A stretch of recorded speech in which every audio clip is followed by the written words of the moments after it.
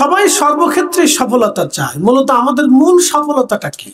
এই বাজারে অনেক ব্যবসায়িক ভাইরা আমার কথা শুনতেছেন, তারা রুটি রুজির জন্য ব্যবসা করেন, জীবন পরিচালনা করার জন্য। কেউ চিন্তা করে আমি ব্যবসার ক্ষেত্রে সফলতা অর্জন করব, কেউ চিন্তা করে আমি লেখাপড়ায় সফলতা অর্জন করব, কেউ চিন্তা করে আমি রাজনৈতিকভাবে সফলতা অর্জন করব, কেউ চিন্তা করে আমি ব্যক্তিগতভাবে আমার জীবনে বৈবাহিক জীবনে আমি সফলতা অর্জন করব, কেউ চিন্তা করে আমি বিদেশ যাত্রায় সফলতা অর্জন করব। সবাই তার জীবনের সফলতার জন্য সবাই চেষ্টা করে। যে চোর চুরি করে সেও চিন্তা করে আমি চুরি করতে সফলতা অর্জন করব, যাতে আমি ধরা না পড়ি। যে ডাকাতি করে সেও চিন্তা করে আমি ডাকাতি করব, কিন্তু ধরা পড়বো না, এক্ষেত্রে আমার সফলতার দরকার।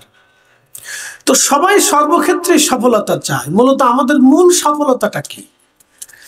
আমাদের মূল সফলতা হচ্ছে আল্লাহ এবং তার রসুলকে সন্তুষ্ট করা। কথা ঠিক আছে না ভাই? আমরা কিন্তু সবাই আল্লাহর কাছে ফিরে চলে যাব, এটা একবারে সার্টেনলি, নিশ্চয়, অবশ্যই, কোনো সন্দেহ নেই, ইউনিভার্সাল ট্রুথ। আমরা সবাই আল্লাহর কাছে ফিরে চলে যাব। তো আমরা যে আল্লাহর কাছে চলে যাব, তো কি নিয়ে যাব? 1 নম্বর ঈমান, 2 নম্বর আমল। ঈমান এবং আমল কবরে নিয়ে যাওয়াটাই হচ্ছে মানব জীবনের সবচেয়ে বড় সফলতা, এর উপরে আর কোনো সফলতা নেই।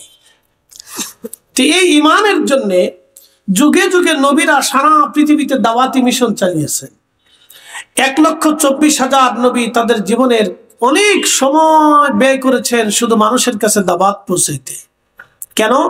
সত্যের দাওয়াত, হকের দাওয়াত, ন্যায়ের দাওয়াত, শান্তির দাওয়াত, পরপরে মুক্তির দাওয়াত, দুনিয়ার মুক্তির দাওয়াতের জন্য সমস্ত নবীরা সারা জীবন পরিশ্রম করেছেন। নবীদের সাথে সাথে নবীদের সঙ্গী যারা ছিলেন, সাহাবী সাথী যারা ছিলেন, তারা চেষ্টা করেছেন। আমাদের রসুলের সাহাবী, 1.5 লক্ষ সাহাবী کرام তাদের জীবনের ত্যাগ দিয়ে, জীবন দিয়ে, কোরবানি করে, রক্ত বিলিয়ে, শত শত হাজার হাজার মাইল পথ অতিক্রম করে এদেশে দাওয়াত পৌঁছেছেন। 360 জন আল্লাহর ওলি এদেশে এসে রন্দে রন্দে ঘুরে হাজার হাজার মাইল পথ অতিক্রম করে, বৃষ্টি ঝড় তুফানকে উপেক্ষা করে, গাছের শির বাকল পাতা খেয়ে জীবন ধারণ করে, গাছের নিচে থেকে পাহাড়ের গুহার মধ্যে ঘুমিয়ে সেই কঠিন দুর্ভিক্ষ পথ অতিক্রম করে তারা এদেশে এসে মানুষের মাঝে কালেমার দাওয়াত পৌঁছিয়ে দিয়েছে। কেন? যাতে মানুষ আখেরাতে মুক্তি পায়, দুনিয়াতে মুক্তি পায়। তাদের প্রচেষ্টার উদ্দেশ্য ছিল একটাই, যাতে মানুষ দুনিয়া এবং আখেরাতে নাজাত পায়। সেই জন্য তারা দাওয়াত পৌঁছেছেন।